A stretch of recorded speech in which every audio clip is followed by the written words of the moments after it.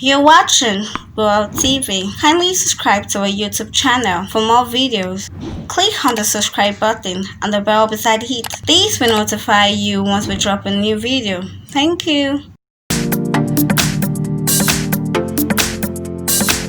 Nollywood actress Opeyemi Aiyeola recently posted a picture of her two adorable sons on her official Instagram account. They are returning back to school according to her.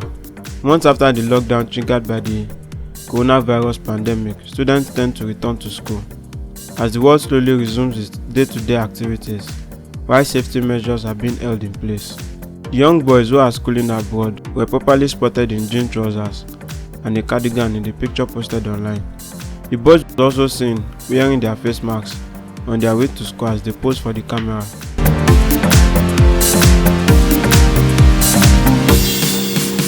Our fans took to the comment section to pray for the boys.